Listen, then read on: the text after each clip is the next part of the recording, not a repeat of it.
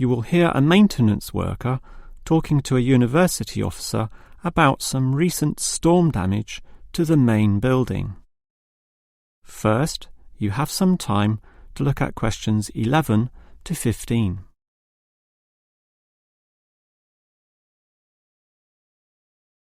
Now listen carefully and answer questions 11 to 15. Hello there. I was asked to tell you about the extent of the damage to the main building caused by the recent storm. Oh, that's right. I take it that most of the damage is just to the main building? It is indeed, since the building is so old. However, luckily, the damage is minor, and all of it can be fixed in one day, given that we have 5 people in our team. What will you be doing first? I understand you start at 8 in the morning. That's right, and we were going to remove the fallen tree, but we've been told there are exams that morning, and I'm sure the sound of those saws and other heavy equipment will disturb all the students. So instead we'll fix that leaky roof. That's a 4-hour job, since it involves substantial repair, not like fixing broken windows, which can be done quite quickly. So you'll fix the broken window after that, from midday?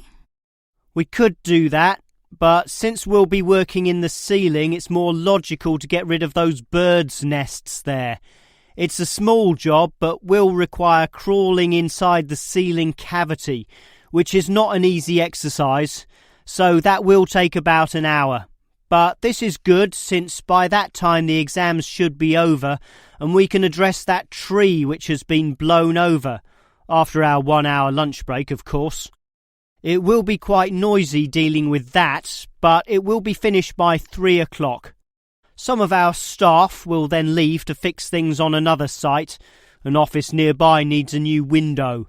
But 2 of us, including myself, will remain here to paint over that discoloured patch of wall in your office. Oh, good. It looks so horrible at the moment. Well, we'll certainly make it look good once again. And in the last hour of our working day, we'll fix up that problem with the wiring. Apparently the power doesn't go to one of the classrooms.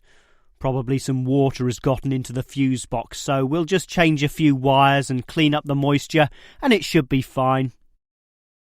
Before you hear the rest of the talk, you have some time to look at questions 16 to 20.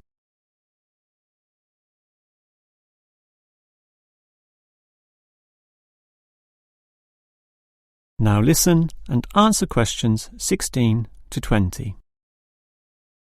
I certainly appreciate all the effort you and your team are taking to fix things here, but I do have one request. And what is that? You said you're going to paint the back wall in my office. Will it be the same colour as before? Yes, we'll make it a nice white colour. Well, that's the point. I'd prefer it to be yellow to match the furniture. The furniture is orange, actually, but I think yellow is a nice match. Can you do that? We can certainly do that.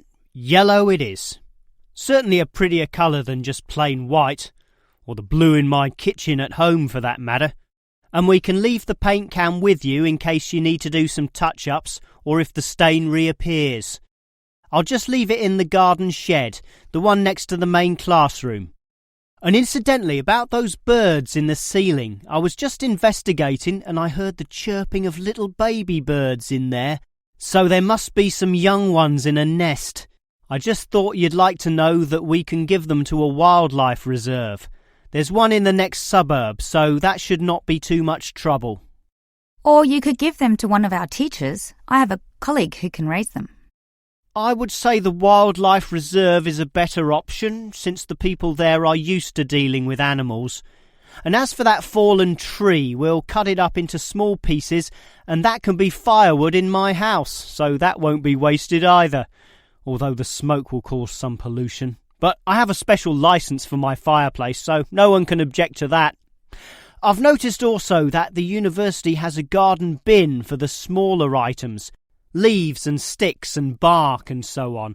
So we can dispose of material in that also. You do have some waste piles out the back, but a proper garden bin means that the material will be recycled, and that's better for the environment, so you can rest assured we will use that. This is the end of the listening test.